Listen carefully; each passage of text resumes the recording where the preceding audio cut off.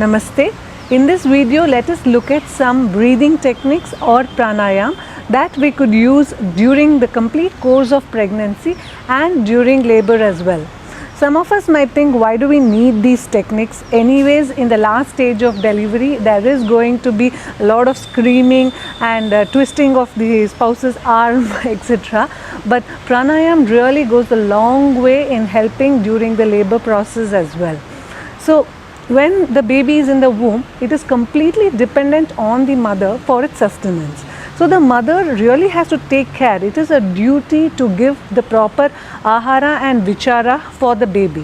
When I say ahara, it means whatever she takes in. It can be food, it can be oxygen, or it could be the thoughts, vichara, positive thoughts that she takes in, which is very, very important for the physical and cognitive growth of the baby. So how does pranayam help us in all of these things? What is pranayam? So pranayam is otherwise called as conscious or mindful breathing. So what are we doing right now? Isn't it what we are doing? When we are walking, when we are dancing, cooking, etc. The breathing happens automatically in our day-to-day life. We just take in air, we take out without actually being conscious of it. But in that way, pranayam differs, wherein we focus on the inhalation, the exhalation. We could also retain the breath within ourselves and even pause after every single breath. So how does this help during pregnancy? During pregnancy, there's a lot amount of oxygen required for the entire body of the mother and the baby as well. So during doing pranayam helps in this. What is prana, right? Prana is the vital air force or the main energy that is required for life. If prana is not there, there is no life after that. And ayama means extension of the breath. So when we manipulate or when we extend this breath, that time there is more amount of oxygen that goes into the body and the lung capacity increases as well. As it says in our scriptures, when the prana is not steady, the mind is also unsteady. Whereas when the prana is still, the mind is calm and relaxed, which is especially required during pregnancy for a mother. During the labor process, there is a hormone oxytocin which helps in the contractions and pushes the baby out. When we get tensed during that period and we start screaming or spend our energy on that, this level goes down and makes the labor itself more stressful for the mother. So when we practice this deep breathing techniques, it helps us relax down, the hormone level increases and it helps to a relatively easier birth. So in this video, let us look at 3 techniques of pranayam, which is Anulom Vilom, alternate nostril breathing or Nadi Shodhan. Second one is Brahmari Pranayam. Third one is abdominal breathing along with the yogic breathing. So let us look at these in detail. Now let us look at Anulom Vilom Pranayam, which is otherwise called as Nadi Shodhan or alternate nostril breathing. I'll do a few cycles of this pranayam and you could increase on the counts. So this is the mudra that we use for pranayam. First 2 fingers closed, last 2 open and thumb open. Thumb is usually used for the right nostril. The last 2 fingers we use for the left nostril. So I close my right nostril. My left hand I generally prefer to keep in Gyan Mudra. Okay, close my right nostril. Inhale deeply with my left for around 3 counts. Close my left. Open my right nostril and breathe out for 4 to 6 counts.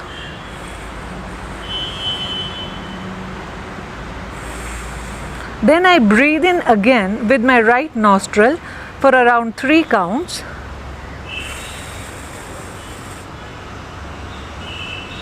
Close my right.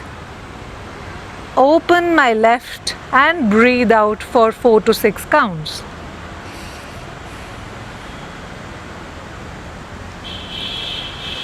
Again, inhalation through the left for 3 counts. Close my left, open my right, and exhale out. So you could do this for around 12 counts on each nostril and 3 sets. If you're a beginner, it might seem difficult to do for longer periods of time. So you could stick to 10 minutes of 10 to 15 minutes of entire pranayam routine. But if you're an existing practitioner, please continue the entire practice for around 30 minutes, all the pranayams together. So now when we do this, you could vary the counts. Beginners will find it difficult for taking in for 3 counts and then exhaling for 6 counts, which is why we vary the counts. Usually inhalation and exhalation is in the ratio of 1:2. So you could slowly get there. You could start by inhaling for 3 counts and then exhale for 5 to 6 counts, and then you can increase the counts, like extend the inhalation for 4 counts, exhale for 8 counts. So you can extend the practice throughout your pregnancy till the breathing really becomes deep. No? So Anulom Vilom is very good for blood circulation. So as much oxygen goes in, the blood circulation also increases, which is very good for both the mother and the baby. It purifies the blood as well. Then it calms the mind and reduces anxiety, depression, etc. Sometimes what happens during pregnancy is because of the variation of the hormones, we tend to get a little on the depression or low side sometimes. So this pranayam really helps us to alleviate our mood. Another thing is, if we are suffering from asthma or migraine or headache, gastric problems, etc., this pranayam is very beneficial. Next pranayam is Bhramari pranayam, otherwise called as the Indian bee or the humming bee pranayam. In this, it is called so because the exhalation comes out with the humming sound, or we make a vibration in the throat when we exhale out. So we inhale through the nose, exhale through the nose, but during the exhalation we make a gentle vibration on the throat. So beginners can use this technique to close the ears tight and then inhale and exhale, making the vibration sound. For other practitioners, we can gently close the eyes, place the index finger on the forehead and start the Bhramari pranayam. The ears need to be closed well, but the other touching points need to be quite gentle. So inhale deeply.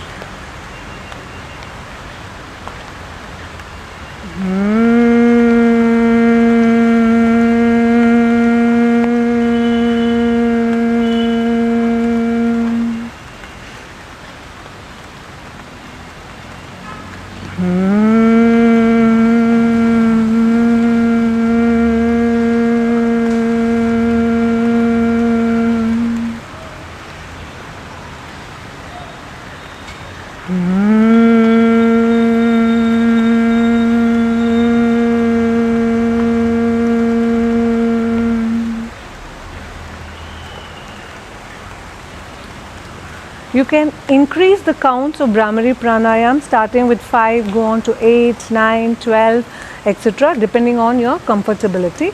The main important benefit of Bhramari pranayam is that if you have insomnia or restlessness during the night, difficulty to sleep at night, this really helps you to get into a peaceful sleep. It cures hypertension and it also helps in maintaining the blood pressure. Some moms to be have this problem of higher blood pressure during pregnancy, so it really helps to maintain the pressure. This pranayam also helps for a normal natural birthing process. We can do this even during the labor time as well. Abdominal breathing.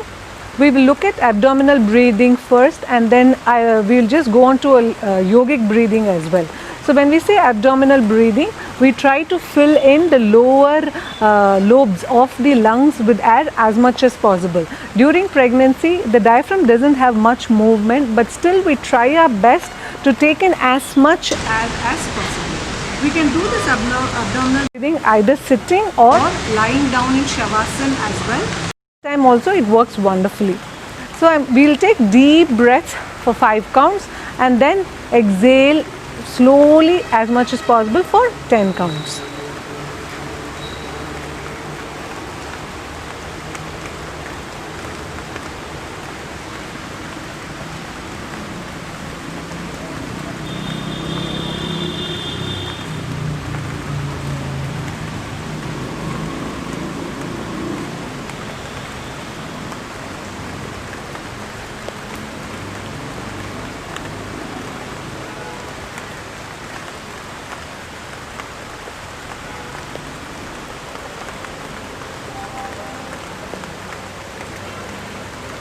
we can visualize the diaphragm, which is here below the lungs, moving down a little bit, giving more space for the lungs to expand. So what happens is this is very useful, especially during the labor process. So when, as I said, during labor, when we tighten up, then the whole process becomes a little more painful. So if we practice the abdominal breathing, very deep breathing, this gently relaxes the contractions down, making it little less painful.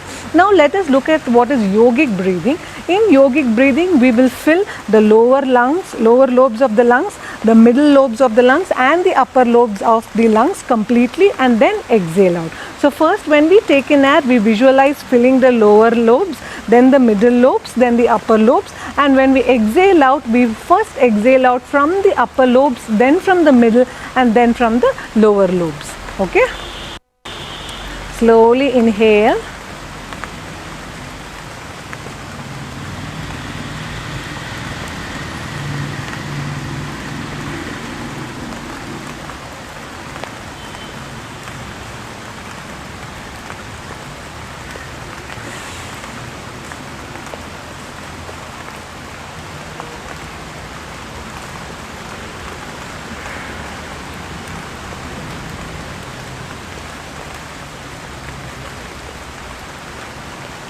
So when we inhale, we can visualize the diaphragm moving down as we did in the previous section, and when we fill the middle lobes, we can visualize the rib cage expansion, and when we fill the upper lobes, we can move our shoulders a little back to accommodate more air in the upper lobes. Similarly, when we exhale, we can get it back to position, the shoulders back, collapsing the shoulders, and then the rib cage also comes back into position and the diaphragm also comes up. So this is a total yogic breathing which can be done either sitting down or lying down. It works very well lying down as well.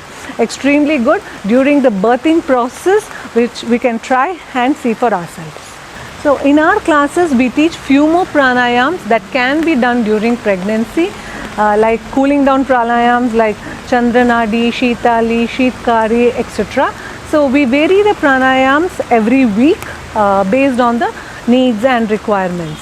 The next thing is we generally try to avoid the heating up pranayams, the energizing pranayams like Kapalbhati, etc. because we don't want the mother's body to get heated up more or stressed out a little more. So I hope this episode has been relevant to you, and you can make use of these pranayam techniques throughout your pregnancy and during your labor as well. Please do subscribe to my channel.